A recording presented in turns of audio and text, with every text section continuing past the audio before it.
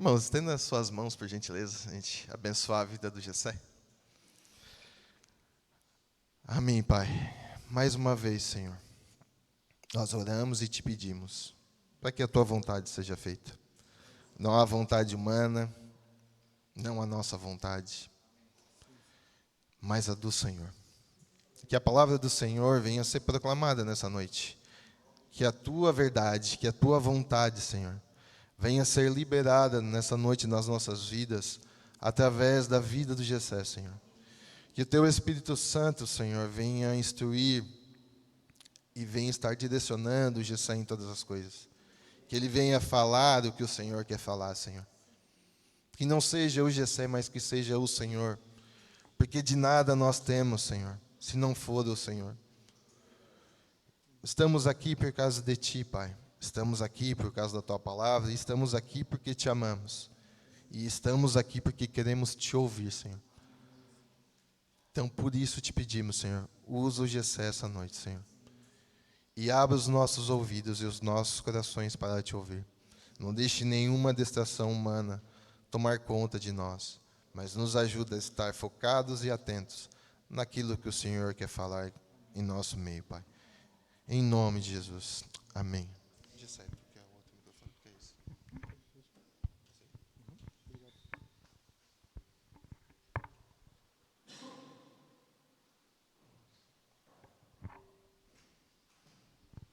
Amém, irmãos. A palavra diz que quando nós nos reunimos, alguns poucos têm. Na verdade, a palavra diz, todos têm. Cada um tem, né? Um tem palavra, outro tem hino, tem cânticos, né? E como é bom poder ver o Senhor se manifestar no nosso meio, né? Através da vida de cada um dos irmãos, né? Muito. Amém. Hoje nós vamos estar, então, partindo o pão, né? E tomando do cálice. E eu queria que nós abríssemos as nossas Bíblias. 1 Coríntios 11, 23.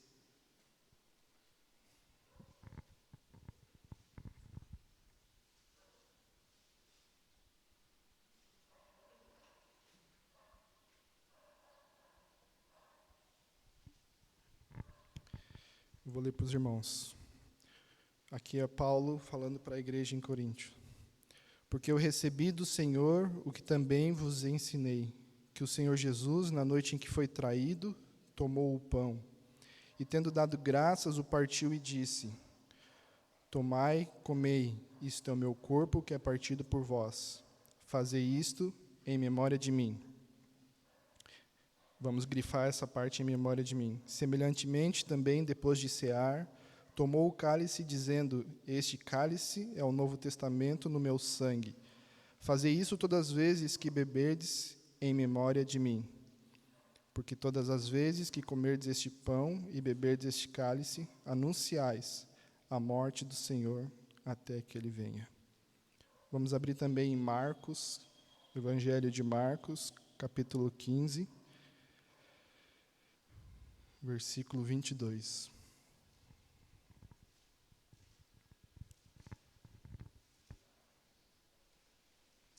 Diz assim: E levaram-no ao lugar do Gólgota, que se traduz por lugar da caveira, e deram-lhe beber vinho com mirra, mas ele não o tomou. E, havendo crucificado, repartiram as suas vestes, lançando sobre elas sortes, para saber o que cada um levaria. E era a hora terceira, e o crucificaram. E por cima dele estava escrita a acusação: o Rei dos Judeus. E crucificaram com ele 2 salteadores, um à sua direita e outro à sua esquerda. E cumprindo-se a escritura que diz: E com os maus feitores foi contado. E os que passavam blasfemavam dele, meneando as cabeças e dizendo: se tu que derrubas o templo em 3 dias o edificas, salva-te a ti mesmo e desce da cruz. E da mesma maneira também os principais dos sacerdotes, com os escribas, diziam uns para os outros, zombando: Salvou os outros e não pode salvar-se a si mesmo. O Cristo, o Rei de Israel, desça agora da cruz, para que vejamos e acreditemos. também o que com eles foram crucificados o injuriavam. Então, irmãos, como nós lemos ali no primeiro texto, né, que fala da ceia do Senhor, ele nos diz para fazermos isso em memória dele, né? E hoje, nessa reunião, gostaria que nós compartilhássemos algo que é muito conhecido dos irmãos, creio eu que não vai ser nenhuma novidade, mas é lembrar um pouco do que aconteceu com o nosso Senhor na cruz do Calvário, que a gente possa meditar um pouco. Os irmãos estão lembrados que ele proferiu, depois que ele foi crucificado, 7 frases. E o objetivo, então, é nós falarmos a respeito dessas 7 frases que ele mencionou na cruz do Calvário. Então, como nós lemos ali, os irmãos conhecem a história, então, se nós pegássemos ali uma semana antes, né, o nosso Senhor, num domingo, né, uma semana antes da ressurreição, no domingo, o Senhor estava entrando em Jerusalém, aclamado pelo povo, que ele era o Messias, o Filho de Deus, Hosana, bendito que vem em nome do Senhor Jesus. E ele entrou naquele jumento ali pelaquela cidade, isso já era no domingo, passaram-se alguns dias ali com seus discípulos. Na quinta-feira daquela semana entra aquela parte que ele está com seus discípulos, que é João 14, onde ele começa a falar da sua partida e acalmar os corações ali, né? Então, onde ele começa, João 14, lá dizendo, não se turbe o vosso coração, credes em Deus, credes também em mim. E ele começa a anunciar tudo aquilo que iria acontecer com ele, né? Naquele mesmo dia, ele lava os pés dos seus discípulos, né? Então, ele nos deixa um grande exemplo ali de serviço, né? De uns aos outros. Depois, naquela quinta-feira, então, ele sai para o Getsemane. Então, ele sobe, né, o Monte das Oliveiras. E lá ele tem a palavra diz, né, que ele teve aquele momento ali com Deus, pedindo que o Senhor afastasse dele aquele cálice, mas que se cumprisse a vontade do Senhor. E a gente sabe que foi algo intenso, né, ao ponto de ele ter suado sangue, né. E depois a gente sabe que vieram, então, os soldados romanos, né, e o levaram para ser preso. E aí começou o julgamento do Senhor, né? Então ele é levado a Pilatos. Pilatos ali como governador, ele não quis, por várias vezes ele falou que não via pecado ou erro algum naquele homem, né? Mas ele quis ali ser um pouco político, então ele enviou até para Herodes, também foi julgado por Herodes. Herodes também falou que não vejo nada de errado neste homem, volta para Pilatos. Pilatos tenta acalmar o povo, que o povo está pedindo para que ele seja crucificado, e Pilatos tenta resolver levando o nosso Senhor a ser açoitado, né? Então, os irmãos estão lembrados que naqueles açoites de antigamente, então eram chicotes de couro, na ponta eram colocados pedaços de osso, pedaços de ferro, para que aquilo pudesse entrar, né, e realmente dilacerar, né, ali quem estava sendo açoitado. Geralmente 2 romanos faziam isso, e o nosso Senhor foi grandemente machucado, esbofeteado, cuspido. E depois disso, ainda não satisfeito, o povo continuou pedindo que ele fosse crucificado, né?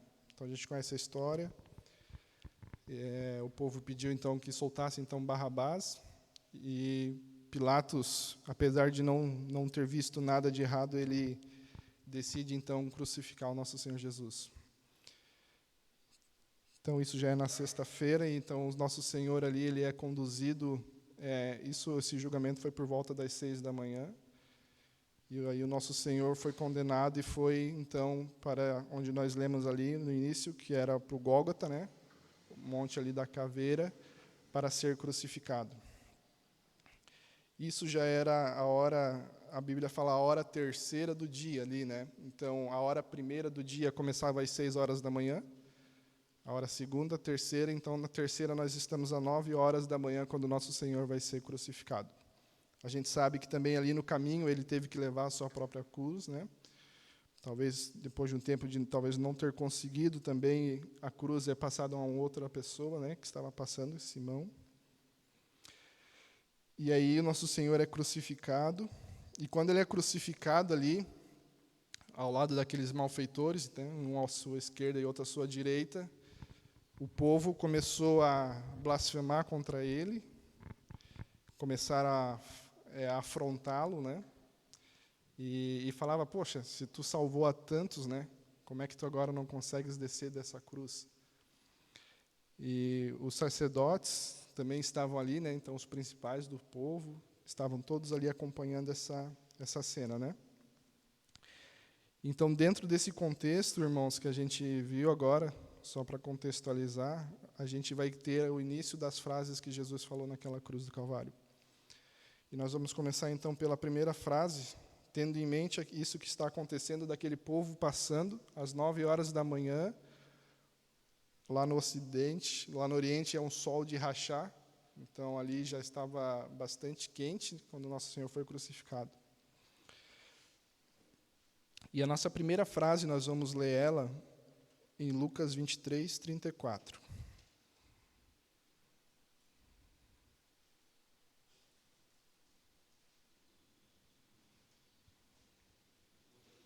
Lucas 23, 34. Então, para nós conseguirmos achar essas 7 frases, nós vamos ter que passar pelos evangelhos. Não tem um evangelho que diga todas as frases, mas nós vamos, em cada evangelho, vamos trazer essas frases, né?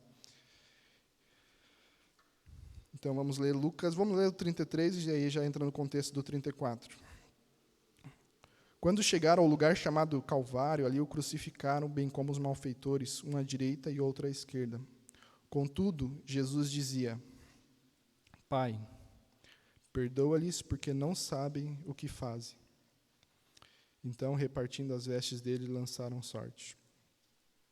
Então, depois desse contexto que a gente viu, nosso Senhor, os irmãos sabem que eram pregos bastante grandes, que ele foi crucificado, então foi crucificado nas mãos, os pés cruzados também transpassavam um prego. Ele está ali na cruz e aquele povo não teve uma piedade do nosso Senhor.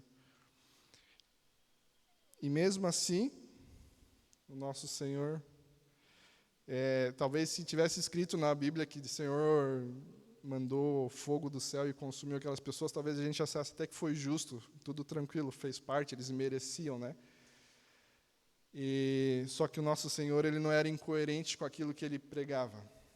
Então, quando ele falou, a gente sabe que quando ele começa uma fala como pai, é porque ele está fazendo uma oração, né? Então, se a gente lembrar quando ele nos ensinou a orar, Pai Nosso, ele falou assim, falareis assim, Pai Nosso que estás no céu.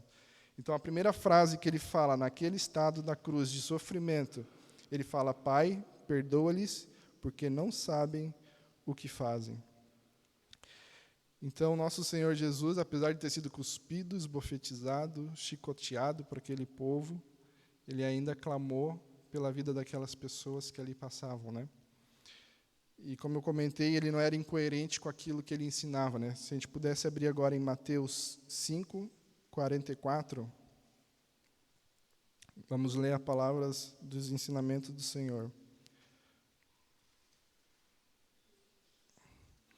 Mateus 5, 44 diz assim, Eu, porém, vos digo, amai vossos inimigos, bendizei o que vos maldizem.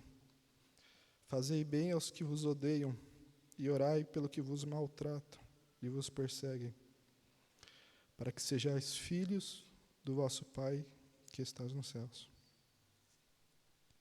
Os irmãos me perdoem, sabem que eu sou chorão, né? Vou tentar não chorar. Mas, irmãos, o Senhor não podia amaldiçoar aquele povo naquela hora, né? Ele estava sendo coerente com aquilo que ele pregou a vida toda, né? Então, ele nos mandou amar os nossos inimigos, né? Aqueles que nos maldizem, né? E às vezes o inimigo já é difícil, né? Mas às vezes até os irmãos, né? Até às vezes os irmãos já é difícil, quanto mais os nossos inimigos, né? Mas é o ensinamento do Senhor, né? Ele é possível porque o Senhor praticou isso. E se Ele praticou e mandou o Espírito dele para morar em nós, fazer habitação em nós, então também nós podemos fazer isso, né? E quanto mais com os que são de casa, né? Quanto mais uns aos outros, né? Às vezes a gente, eu amo aquele irmão, só não posso ver na minha frente. Porque às vezes a gente guarda rancor, guarda mágoas, e às vezes a gente não libera perdão, né, para algum irmão, né, que possa ter nos ofendido, nos maltratado, malfeitores, talvez falaram mal de nós, né? Mas a gente tem que ter um coração de Pai, perdoa-lhes, pois não sabem o que fazem, né? Então, a primeira palavra que o Senhor nos fala na cruz do Calvário é uma palavra de perdão. Então, que a gente possa praticar essa palavra. Ela é tão possível que a gente vê também na vida de Estevão, né? Estevão foi o primeiro mártir da igreja, e ele também, quando foi apedrejado, ele falou: Pai, perdoa-lhes, não lhe imputes esse pecado. Então, é possível. Pode ser até difícil, mas é possível se nós estivermos debaixo da graça do Senhor, né? Agora vamos para Lucas, aqui em Lucas já, 38, 43.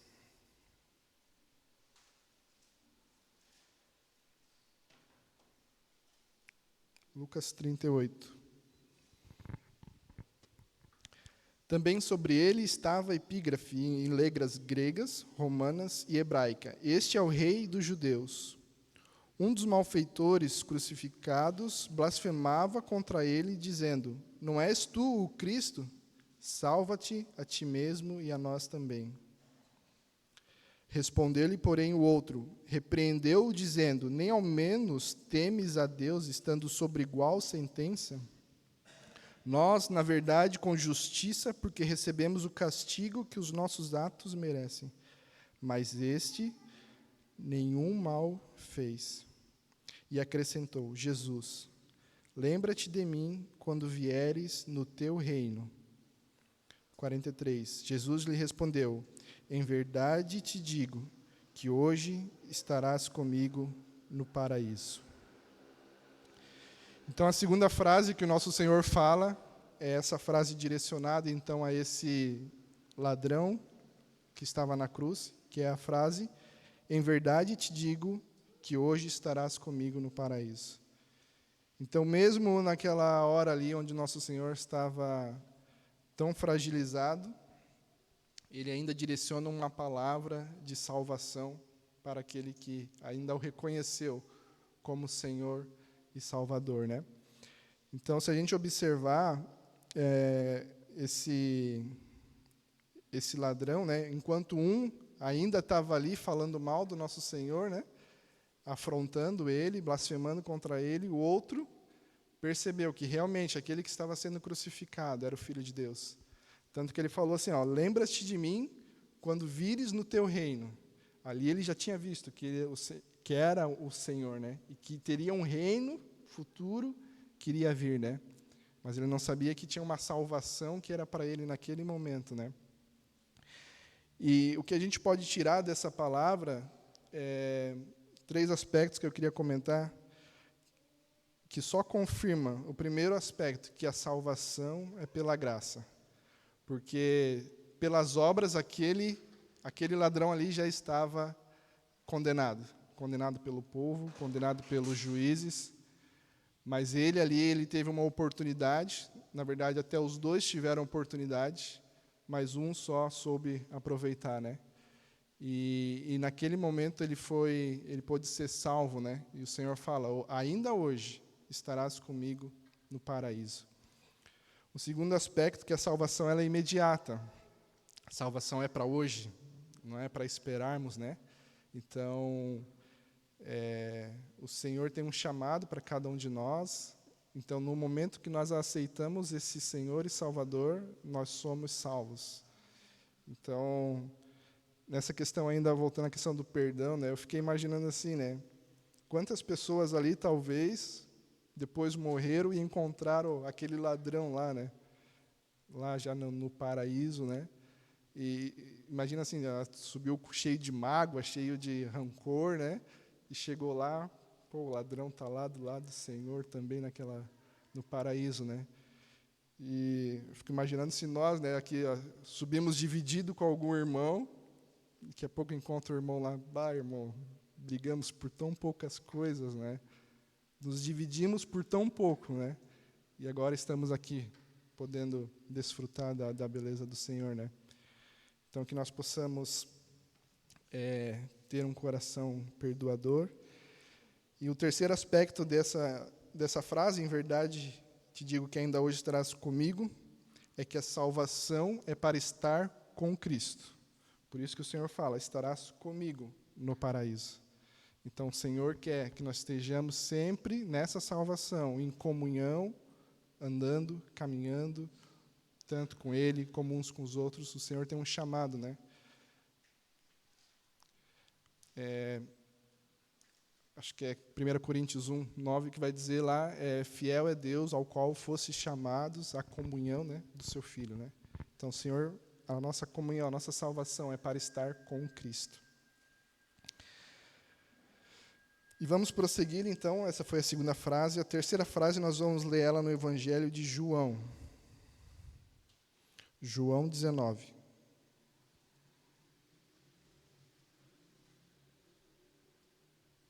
Versículo 25.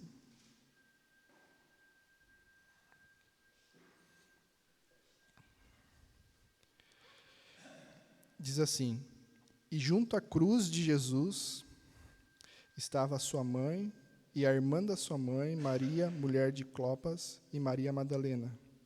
Ora, Jesus, vendo ali sua mãe e que o discípulo a quem ele amava estava presente, disse à sua mãe: Mulher, eis aí o teu filho. Depois disse ao discípulo: Eis aí a tua mãe. E desde aquela hora o discípulo a recebeu em sua casa. Vamos ler rapidamente. Eu vou ler aqui Lucas 2:35, rapidamente, só para a gente ver que quando o Senhor é apresentado no templo, quando ele é um bebê, seus irmãos vão lembrar, e aí, esqueci o nome daquele irmão que recebeu ele, falou, agora eu posso ir, Senhor, porque agora os meus olhos já viram, né, o Salvador. E aquele homem, ele falou uma palavra para Maria, e fala assim, Lucas 2:35, e uma espada transpassará também a tua própria alma, para que se manifestem os pensamentos de muitos corações. Então, imaginem, irmãos, o sofrimento de Maria. Muito provavelmente, José já tinha morrido naquela época, e uma mãe não larga um filho, né? Então, tu imagina a mãe do Senhor ali, olhando aquela cena do filho dela, sendo crucificado naquela cruz. Provavelmente todo ensanguentado, todo machucado, todo ferido.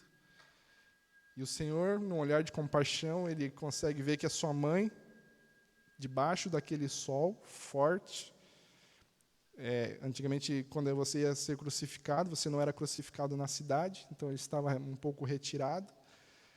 E naquela cena o Senhor olha para sua mãe e fala, mulher, eis aí teu filho, filho, eis aí a tua mãe. Que é João, então, o discípulo amado, ele estava ali presente também, né? E a gente olha agora como o Senhor, uma questão de união e uma questão de amor, né? Ele poderia ter deixado com qualquer outro discípulo, talvez, né? Mas ele sabia que João ia ser aquele discípulo que iria, bem velhinho, estar lá na ilha de Pátmos, né? Provavelmente todo o tempo de Maria posterior a essa data, ele ficou com ele em sua casa, né?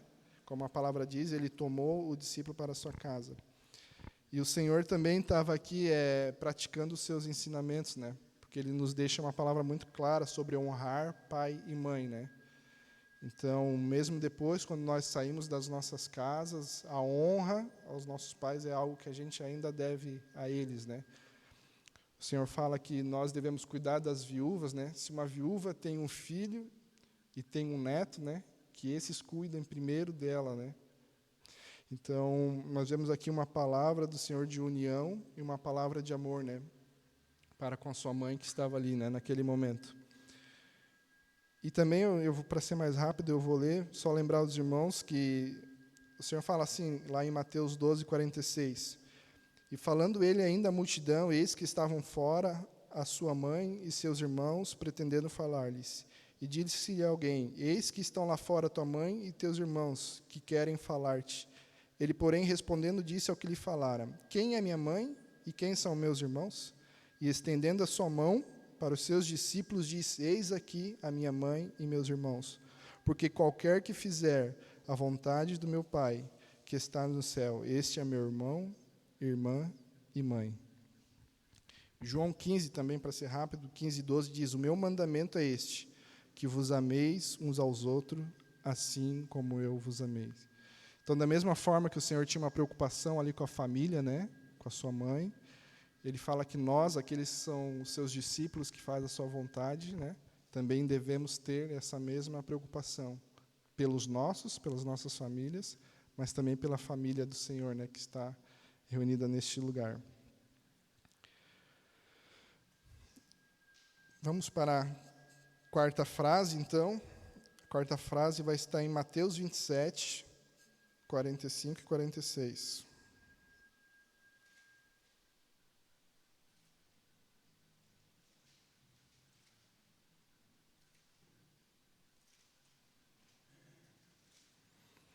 Mateus 27, 45 e 46 diz assim.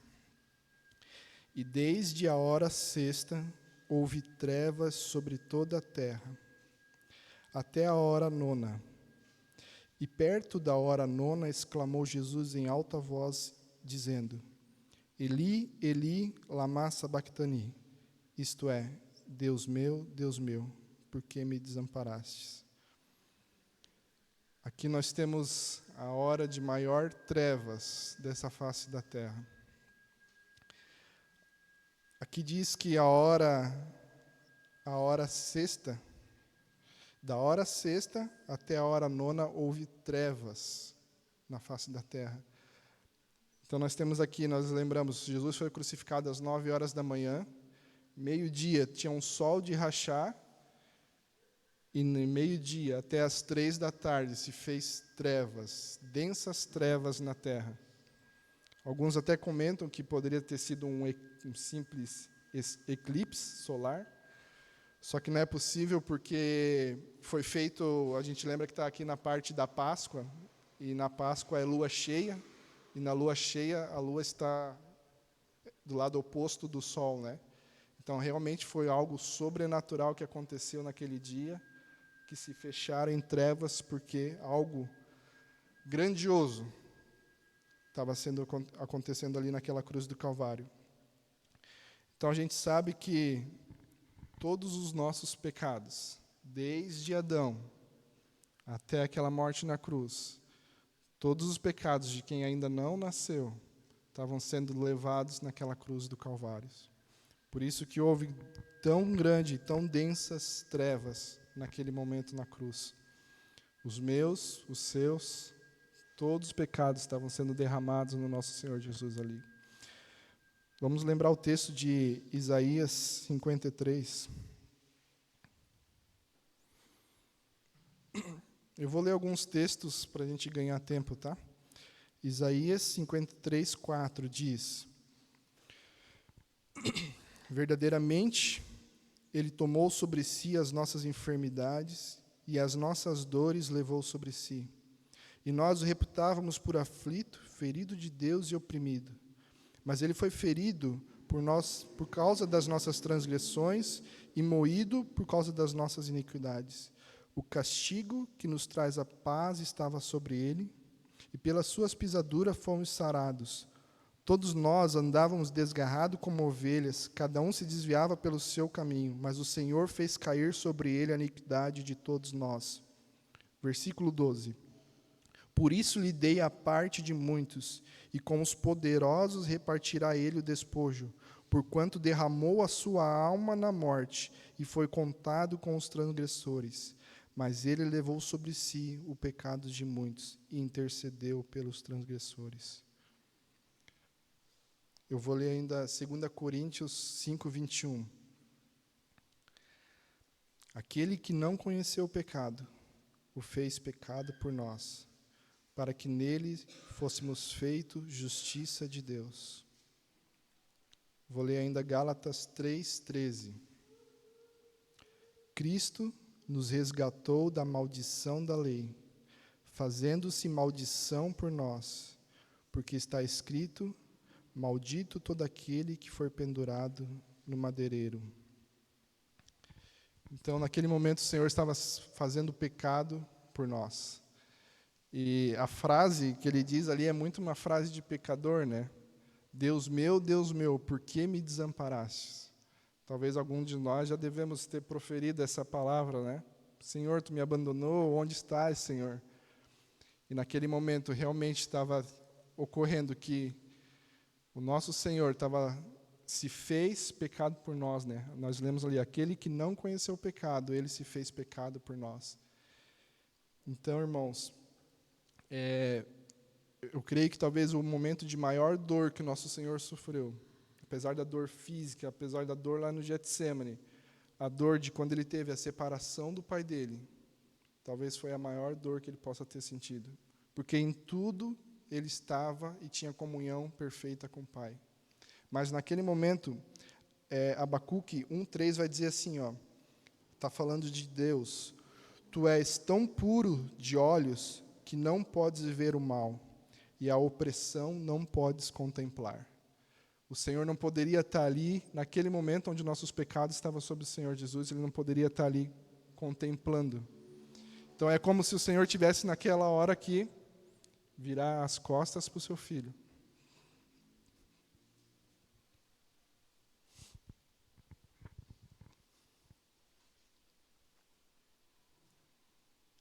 Nosso Senhor não pode contemplar o pecado. E por isso ele teve que abandonar o nosso Senhor. Grande obra é essa que o Senhor fez por nós. A palavra diz lá em Salmos 37, fui moço e agora sou velho, mas nunca vi um justo desamparado. Mas naquela hora nossos pecados estavam sobre o Senhor. E o único justo ficou desamparado por causa do meu pecado, por causa do nosso pecado.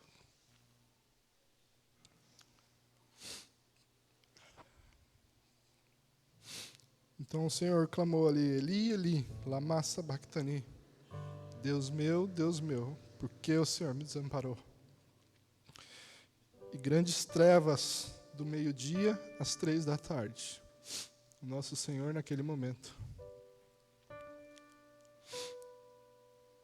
E naquele momento de tão grande dor, o Senhor vai proferir a sua quinta frase. Sua quinta frase nós vamos ler no João 19, versículo 28. 28 e 29.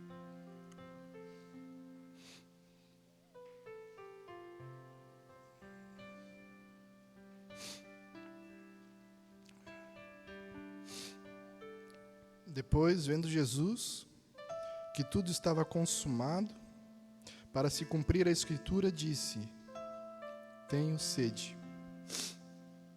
Estava ali um vaso cheio de vinagre. Embebedaram de vinagre uma esponja e, fixando-a num caniço de isopo, lhe chegaram à boca. Quando, pois, Jesus tomou o vinagre e disse: está consumado. Inclinando a sua cabeça, rendeu o espírito. Então a próxima frase foi a frase tenho sede.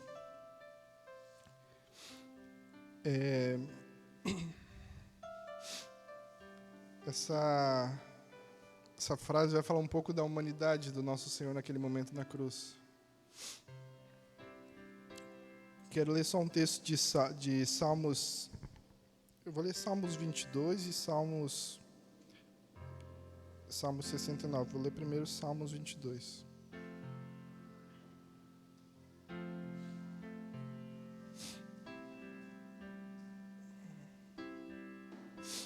Salmos 22 diz assim: nesses salmos é onde Davi, 1000 anos antes, falou, lá se a gente pegar o versículo 1, né? Ele falou, Deus meu, por que me desamparastes? Por que se acham longe de mim salvação as palavras do meu bramido? Então esse é um salmo profético que fala exatamente dessa crucificação do Senhor. E no versículo 14 vai dizer, derramei-me como água e todos os meus ossos se desconjuntaram.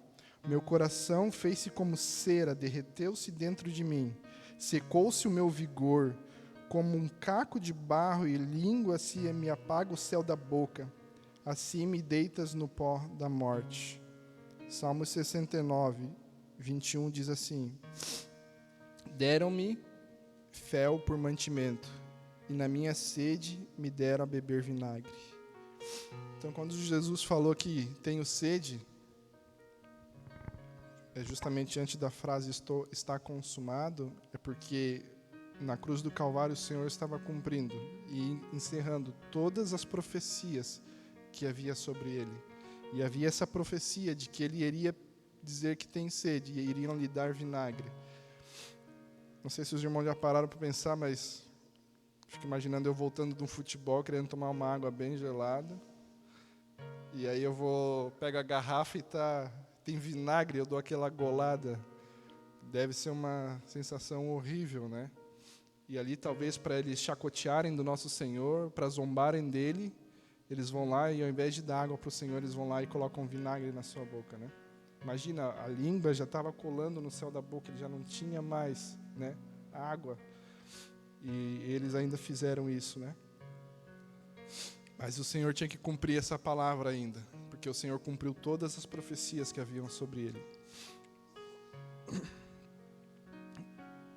Eu vou ler Hebreus 2:17, que diz assim, por isso convinha que em tudo fosse semelhante aos irmãos, para ser misericordioso e fiel sumo sacerdote naquilo que é de Deus, para expiar o pecado do povo, porque naquilo que ele mesmo, sendo tentado, padeceu, pôde socorrer aos que são tentados. Havia muitas falas de que Jesus não era um humano, né? Que o corpo dele era só um espírito, né? E aqui quando Jesus fala tenho sede, ele está dizendo eu sou humano, eu tenho sede. Ele começou o ministério dele tendo fome lá no deserto. E agora quem tem a fonte da água viva está pedindo água. 2 vezes na Bíblia o Senhor pede, dai-me de beber. Se os senhores irmãos lembram, com a samaritana, em João 4, ele também pede de beber e ele também não recebe, mas ele fala que ele era a fonte das águas, né? Do nosso interior fluirão rios de águas vivas, né? Então o Senhor está mostrando aqui a humanidade dele, né? Naquele momento de tanta dor, ele pediu água e lhe deram vinagre para cumprir a profecia. Então vamos continuar, indo para a 6ª frase, podemos continuar em João 19.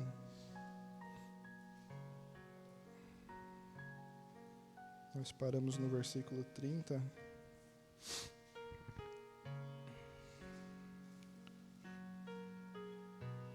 Quando, pois, Jesus tomou o vinagre e disse, está consumado.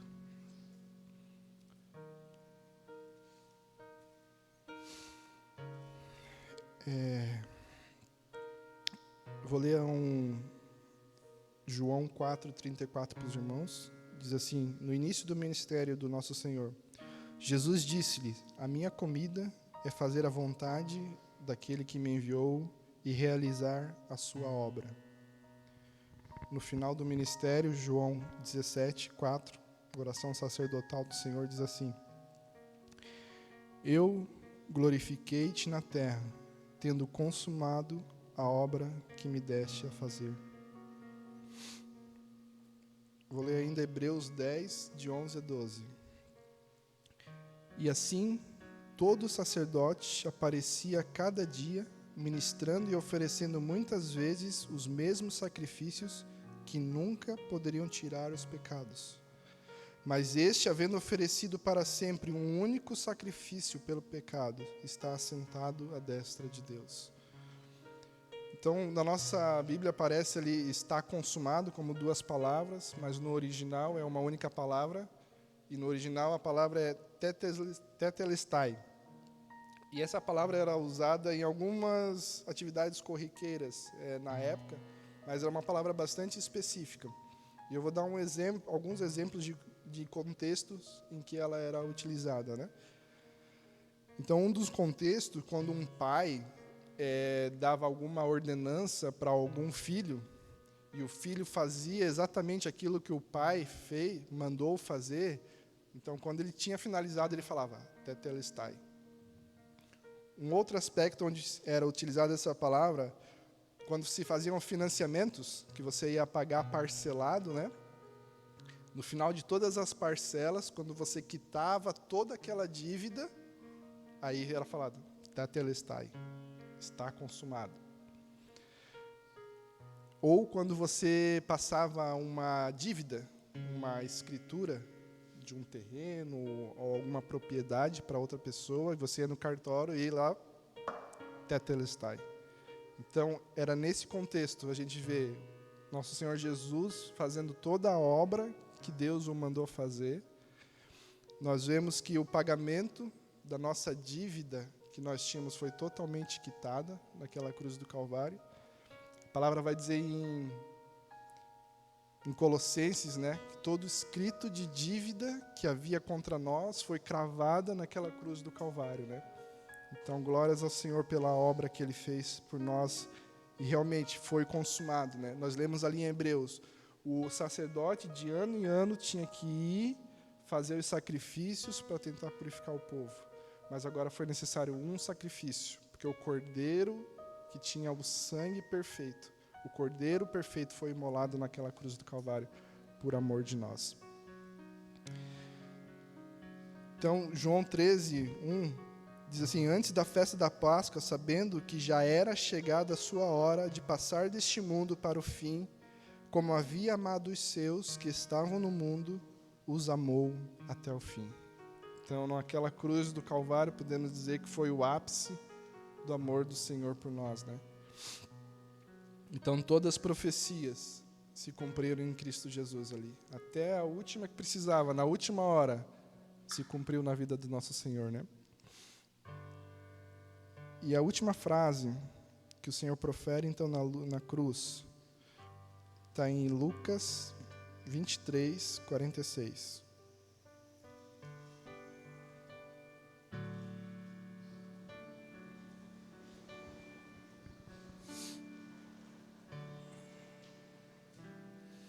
Então Jesus clamou em alta voz, Pai, nas tuas mãos entrego o meu espírito. E dito isso, expirou. Então, por volta das 15 horas da tarde, o Senhor faz a entrega completa para o Pai. Às vezes a gente pode pensar que quem matou Jesus foi Pilatos, que não quis assumir a bronca e mandou crucificar, ou que foram os sacerdotes e os escribas que não estavam concordando com aquilo que o Senhor estava pregando, ou até mesmo que foi o povo que matou Jesus, né? Mas na verdade é que Jesus se entregou naquela cruz. Eu queria ler com os irmãos João 10:15-18. Já estou caminhando para o final, irmãos. Assim como o Pai me conhece a mim, também eu conheço o Pai e dou a minha vida pelas minhas ovelhas. Ainda tenho outras ovelhas que não são desse aprisco. Também me convém agregar estas, e elas ouvirão a minha voz, e haverá um rebanho e um pastor. Por isso o Pai me ama, porque dou a minha vida para tornar a tomá-la. 18. Ninguém a tira de mim, mas eu de mim mesmo a dou. Tenho poder para dar e poder para tornar a tomá-la. Este mandamento recebi do meu Pai. Então, o Senhor realmente quis se entregar por nós, né? Não foi aquelas pessoas que o crucificaram, né? Mas o Senhor deu e entregou a vida dele por nós.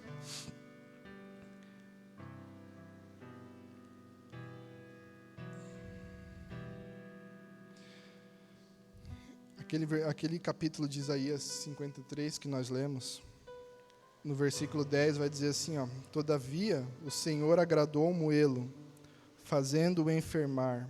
Quando a sua alma se puser por expiação do pecado, verá a sua posteridade, prolongará os seus dias, e o bom prazer do Senhor prosperará na sua mão.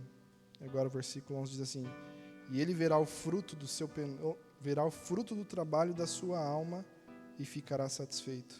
Com o seu conhecimento, o meu servo justo justificará a muitos, porque as iniquidades deles levará sobre si. Então, hoje Deus pode olhar para as nossas vidas, olhar Cristo e dizer, né? Valeu a pena. Tudo aquilo que Ele fez, né? Tudo que Ele sofreu. Ele pode olhar para nós e dizer, valeu a pena. O fruto do meu penoso trabalho, né? Queria encerrar com Apocalipse 5, 9.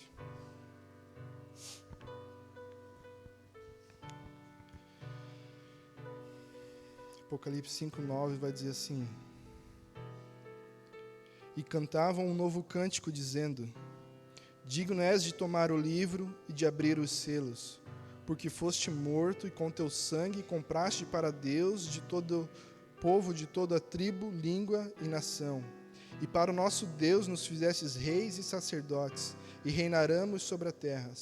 E olhei e ouvi a voz de muitos anjos ao redor do trono, e dos animais e dos anciãos, e era o número deles milhões de milhões e milhares de milhares, que com grande voz diziam: digno é o Cordeiro que foi morto de receber o poder e riqueza e sabedoria e força e honra e glória e ações de graças. E ouvi toda criatura que está nos céus e na terra e debaixo da terra e que estão no mar, e todas as coisas que nele há a dizer, ao que se assenta no trono e ao Cordeiro sejam dadas ações de graças e honra e glória e poder para todo sempre. E os 4 animais diziam amém, e os 24 anciões prostraram-se, adoraram ao que vive para todo sempre. Aqui diz que todo ser se prostrou, porque foi visto que o Cordeiro de Deus foi imolado naquela cruz do Calvário.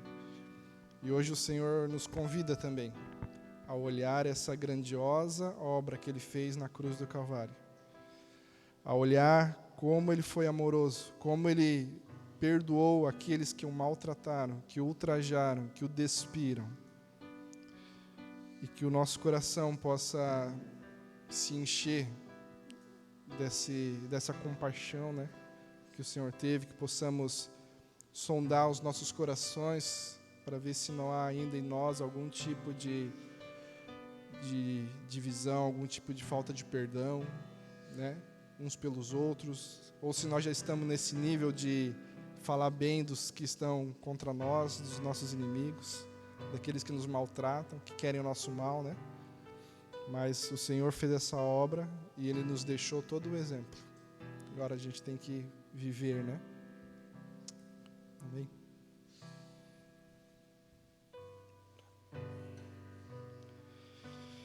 Vamos orar, irmãos. Ó Senhor. Senhor, quão grande obra, Senhor, que Tu fizeste, Senhor. Tua palavra diz, Senhor, que não foi por coisas corruptíveis, Senhor. Não foi por prata, por ouro, Senhor, por bronze, que nós fomos comprados, Senhor.